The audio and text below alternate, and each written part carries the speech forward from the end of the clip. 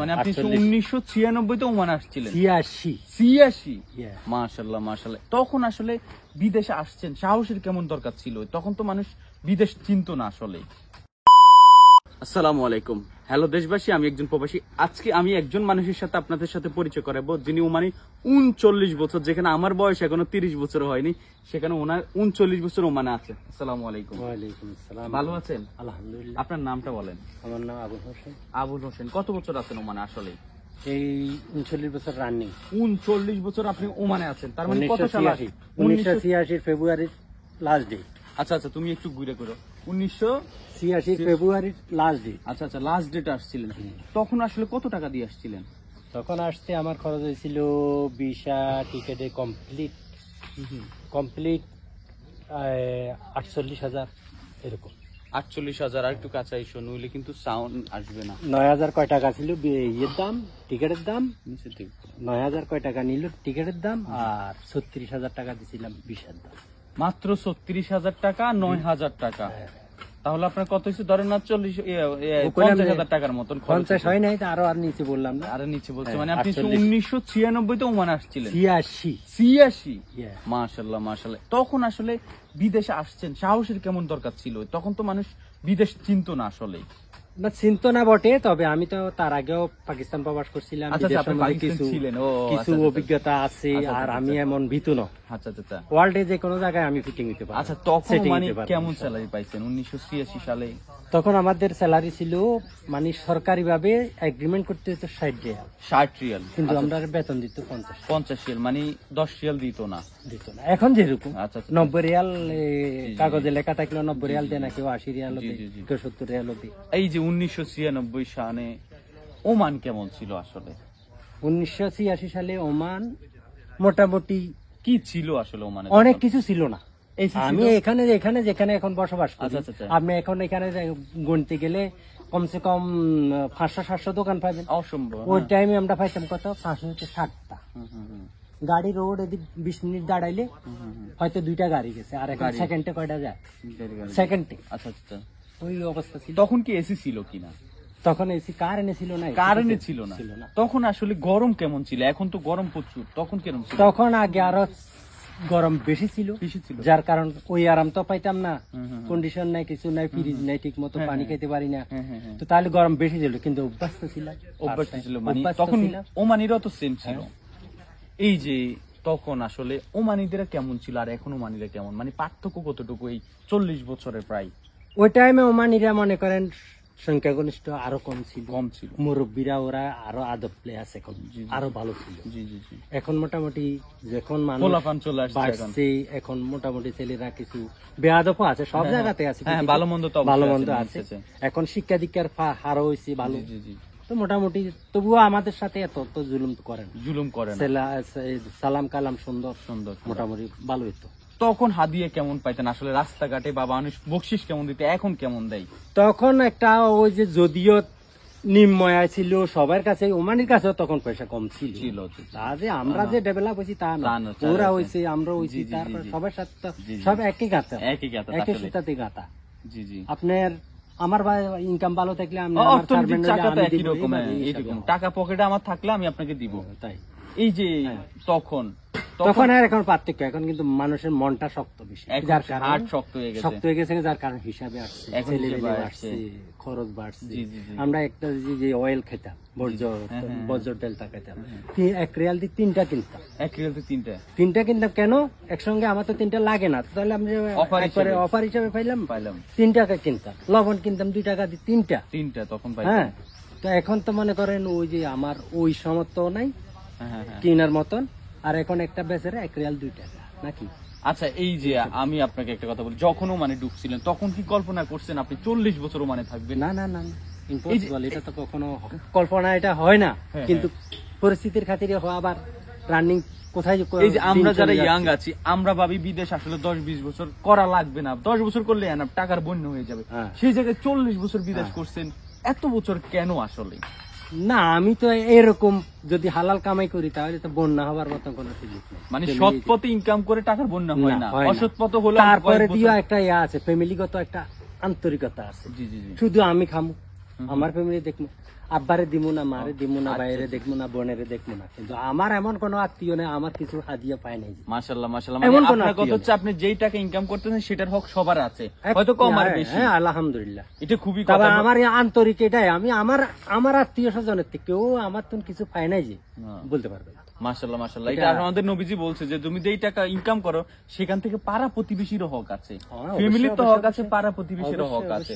তা আমরা দিন শেষে আসলে উনি হয়তো সৎ পথে ইনকাম করার কারণে 40 বছর এখনো আছেন, মানে অসৎ পথে ইনকাম করলে আরো আগে বাড়ি গাড়ি করে আরো অনেক কিছু করতে, হয়তো আরো দুর্ঘটনাও ঘটতো, হয়তো এতদিন এখানে সার্ভিসও করতে পারতাম না।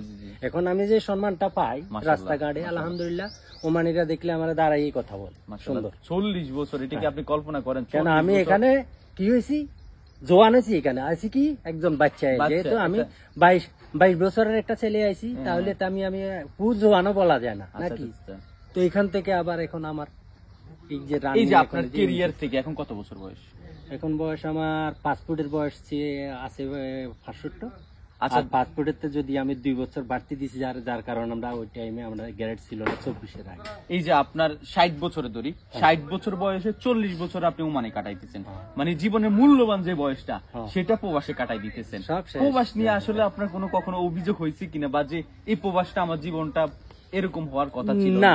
আমি প্রবাস নিয়ে অভিযোগ না, এটা তো আমার ভাগ্য নিয়ে, যেহেতু হয়তো আমার ভাগ্যই আছে, যেহেতু আমি তো এত একুরেট করে আসিনি, আমি 40 বছর কাটাবো, 50 বছর কাটাবো, তারপরে দিয়ে আমার ভাগ্য এখন সবাইকে দেখতে, আমার ছেলেটা এখন বিশ্ববিদ্যালয় পড়ে, ওর দিকে তাকাই।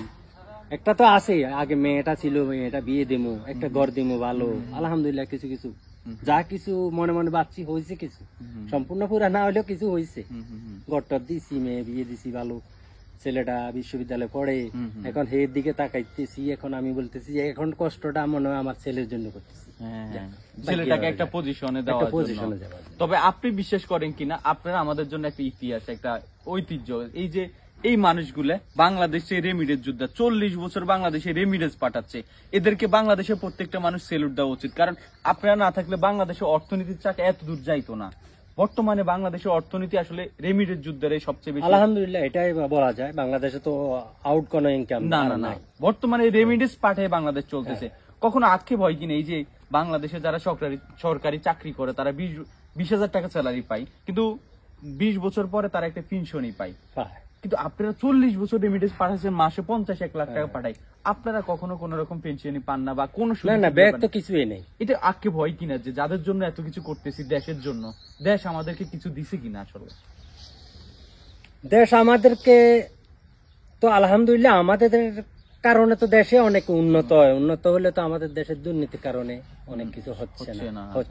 জি জি জি, মানে দুর্নীতির কারণে না হলে অনেক কিছু হতো, অনেক কিছু হওয়ার কথা আলহামদুলিল্লাহ।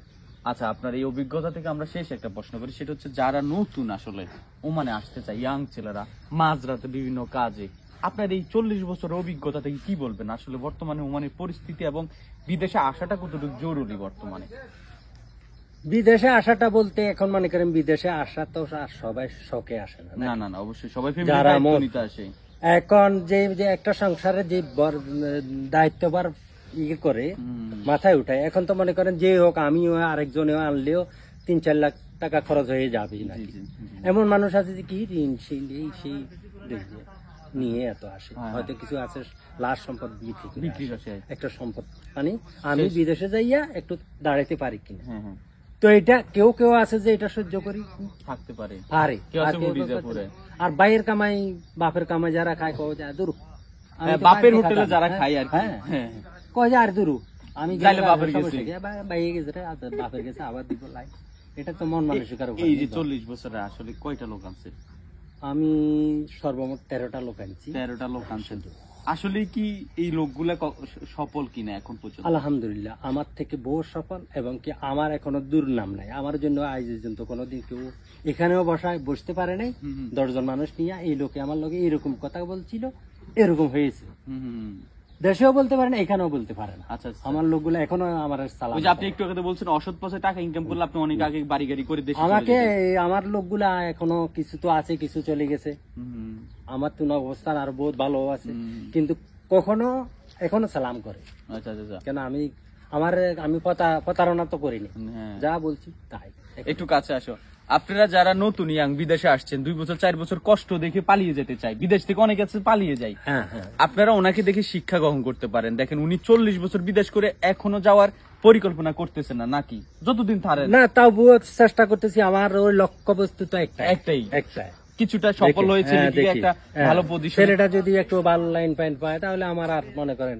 জি জি, এই যে যারা বিদেশে আছেন বা নতুন আসছেন তাদের উদ্দেশ্যে একটা মেসেজ থাকবে, আপনি যদি ওমানে বা বিভিন্ন দেশে কয়েক বছর থাকেন তাহলে আপনার এখানে একটা সেটেল হয়ে যায় মানুষ। শুরুতে তো সেটেল হয় না, 2-4 বছর তো বিদেশে ভাষা শিখতে লাগে। আপনারা ধৈর্য ধরেন, সবার জন্য ভালো একটা সুযোগ সুবিধা থাকে যে কোনো দেশে, তবে সময় দিতে হবে। আপনারা যারা ওমানে বা বিভিন্ন দেশে আসছেন নতুন ভাই, আমি আপনাদের প্রতি রিকোয়েস্ট করবো আপনারা একটু সময় দেন, কাজ শিখেন, বিভিন্ন ভাবে মানুষের সাথে পরিচিত হন। দেখুন একটা সময় আপনারও ভালো একটা পজিশন আসবে, ওনাদের মতো আপনিও 40 বছর বিদেশ থাকতে পারবেন, আপনার হতাশ হওয়ার কিছু নেই। শেষ আপনার সাথে একটা প্রশ্ন, সেটা হচ্ছে 40 বছর বিদেশ করে আজ আপনি বলতে পারেন কিনা আপনি সফল একজন প্রবাসী? সফল না বললেও আলহামদুলিল্লাহ মোটামুটি আমার ভাগ্যে যা আছে ওই হিসাবে আমি মোটামুটি, মানে পুরোপুরি সফল বলতে পারেন না, মোটামুটি চলতেছে। আচ্ছা আচ্ছা, এই যে বাংলাদেশে কতবার গেছেন 40 বছর বয়সে প্রবাস জীবন? 40 বছর বয়সে আমি আসা যাবা 14 বার হয়েছে। 14 বার হয়েছে। এই 14 বারে কি কোনোবার আপনার কোনো এয়ারপোর্টে কোনো রকম কোনো কিছু হয়েছে কিনা, অভিজ্ঞতা আছে কিনা যে আপনার ব্যাগ বা বিভিন্ন জিনিস নিয়ে আপনার হয়রানির শিকার হয়েছেন? এয়ারপোর্টে মনে করেন যেটা আইনগত, এখানে মনে করেন বেডস ওয়াটস এটা আপনার দিতে হবে নির্ধারিত। বাংলাদেশে আমি ফার্স্ট টাইম প্রথম ছুটি 1992 মার্চে যখন আমি যাই তখন আমি ডলার দিতে হয়েছি এয়ারপোর্টে। ওই টাইমে ওইটা দুর্নীতির ভাবে ছিল, 1900 টাকা ডলার হিসাব করে আমি তারে দিচ্ছি। এই যে এখন বাংলাদেশের আমার তো অবৈধ কিছু তো ছিলই না। লাস্ট কবে আসছিলেন বাংলাদেশ থেকে? লাস্ট কবে? এবারে লাস্ট আসছি গত বছর কোরবানি কিছুদিন পরে, আগে আসছিলেন। এই যে আপনাদের ডিউটি আসলে কত ঘন্টা ডিউটি এখন করতে হয়? আমাদের ডিউটি মনে করেন একটা ওই যে আমাদের এগ্রিমেন্ট সূত্রে সব মিলিয়ে 8 ঘন্টা ডিউটি। 8 ঘন্টা ডিউটি, কিন্তু 8 ঘন্টা এটা একুরেট করা যায় না। যে কৃষি কর্মতে কোথাও মানে একুরেট টাইম পাবেন না, কখনো কখনো জরুরি কিছু কাজ বেশি হয়। এই যে 40 বছর আগে আপনি 60 রিয়ালের 50 রিয়াল আপনি স্যালারি পাইছেন, 40 বছর পরে এসে এখন স্যালারি কত? এখন স্যালারি পাই 120 রিয়াল। এত কম কেন? 40 বছরে মাত্র 70 রিয়াল স্যালারি আপনার বাড়ছে, এত কম কেন আসলে? এখানে মনে করেন আমাদের দিকে ওমানির মতন তো আর বছরিক যেটা একটা মাসে মনে করেন 3 রিয়াল বা 5 রিয়াল একটা, ওইটা তো আমাদের উপরে ওরা নাই। আমাদের কি কাজের দক্ষতার একটা হক আছে না, হকটা কি পান দেশে যাওয়ার সময়? হকটা মনে করেন সবাই দেয় না, কেউ কেউ দেয় যারা হক বুঝে। যারা হক বুঝে হক দেয়।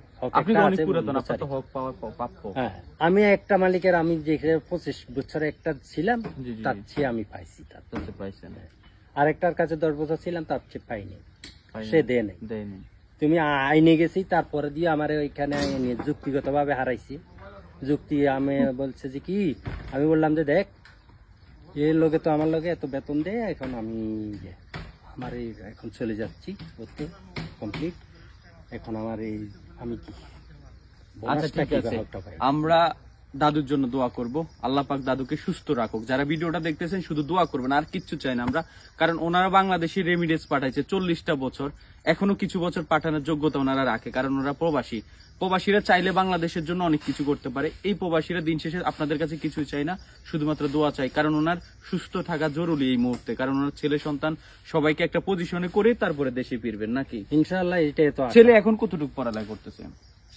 ছেলে এখন ইয়েতে সেকেন্ড ইয়ারে পড়ে। সেকেন্ড ইয়ারে না? কি প্ল্যান আছে, ইউরোপে পাঠানোর প্ল্যান নাকি পড়ালেখা? দেখি ভাগ্যে যদি ভালো, যদি এটা ছেলেটা ইনশাআল্লাহ ভালো রেজাল্ট তো খুব সবসময় ভালো করে আসছে। কখনো বলে কিনা আব্বু আপনি এত বছর বিদেশ করছেন এবার চলে আসেন, এরকম কথা বলে কিনা? না, ছেলে ওইটা বলার মতন এত জ্ঞান এখনো হয় নাই, যদিও বিশ্ববিদ্যালয় পড়ে। হে লক্ষ্যবস্তু হইলো এখন কি খেলাধুলা আর অনেক আছে। বাপে বিদেশ করে, ছেলেরা বাটপারি করে, বাংলাদেশ টাকা নষ্ট করে। কখনো মনে হয়েছে কিনা আপনার টাকা আপনার ছেলে নষ্ট? না না না, আলহামদুলিল্লাহ। আমি তো আমার ছেলের কালকেও প্রশ্ন করছি, বাবা তুমি তো কালকে চট্টগ্রাম যাবে বিশ্ববিদ্যালয়, টাকা পয়সা আছে, আম্মু কিছু দিবে? আর এখন কোন আপনি আমার জন্য আহমরি কিছু করতে নাই, যেহেতু আপনি কষ্ট করবেন এরকম না। লাগলে আমি বলবো, তাহলে আর কি চাই? এটি তো অনেক কিছু, কারণ লাগলে আমি বলবো। অনেক বাবারা আছে এই দেশে আসলে আত্মহত্যার মতন সিদ্ধান্ত নিতে বাধ্য হয় যখন দেখে টাকা দেশে পাঠাইতেছে কিন্তু টাকা থাকতেছে না, বিভিন্ন ভাবে আসলে পরিবারের চাহিদা বেড়ে যায়। প্রবাসী যখন হ্যাঁ থাকে, তাই বটে। অনেক প্রবাসী আছে যে দিন রাত পরিশ্রম করছে কিন্তু দেশে গেলে একটা টাকাও পায় না, একটা ঘরও করতে পারে না। আমি দেখেছি জুবাইতে আমি একটা ভিডিও করছি, উনি 36 বছর মনে আছে, উনি একটা ঘর করতে পারে না এখনো। তার কারণ ফ্যামিলির চাহিদা, টাকা যা দেয় ফ্যামিলি নষ্ট করে ফেলে। একজন প্রবাসী সফল হতে পারে তখন যখন তার ফ্যামিলি স্ট্রং থাকে, টাকা পয়সা সঠিক জায়গায় খরচ করে। 5 টাকা আমি যদি দিই, 5 টাকার লাগে ওরা যদি 2 টাকা যোগান দিতে পারে তাহলে হবে, না হলে কিন্তু নাহলে তো সফল হবে হওয়া না। সম্ভব না। শুধু আমারটা টানমু আর 2 টাকা ধার করবো, তারপরে আবার আসলে দিমু, তাহলে তার হবে না। জি জি জি জি। এটা করতে হবে যে সবার মনে উৎসাহ থাকতে হবে, জি জি। এখান থেকে একটু করে আমরাও একটু করি। হ্যাঁ হ্যাঁ, সবাই মিলে হাত দিলে আসলে যে কোনো জিনিস তাড়াতাড়ি হয়। অনেক ভালো লাগলো আপনার সাথে কথা বলে। আপনার ভিডিওটা আমরা আপলোড করব ওয়েবসাইটে। আচ্ছা। ওকে, আসসালামু আলাইকুম।